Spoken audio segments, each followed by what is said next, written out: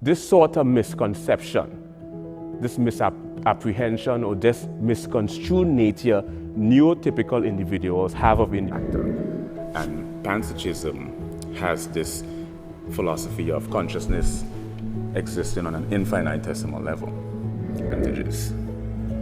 Right, those are things you were born with. It's ingrained in you, so you have no control over that.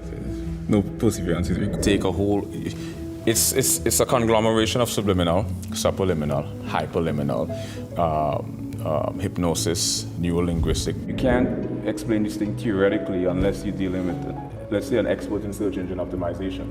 Existence and authenticity and all that stuff, and certain ideas of solipsism that have momentum.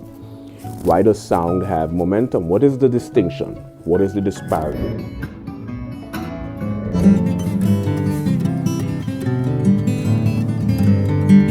A narrative in a universe that's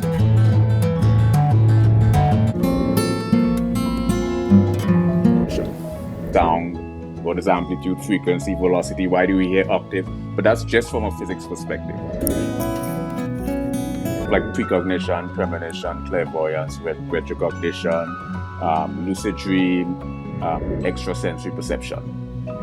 Trajectory that occurs. We can cross disciplinary, multidisciplinary, transdisciplinary, and interdisciplinary areas.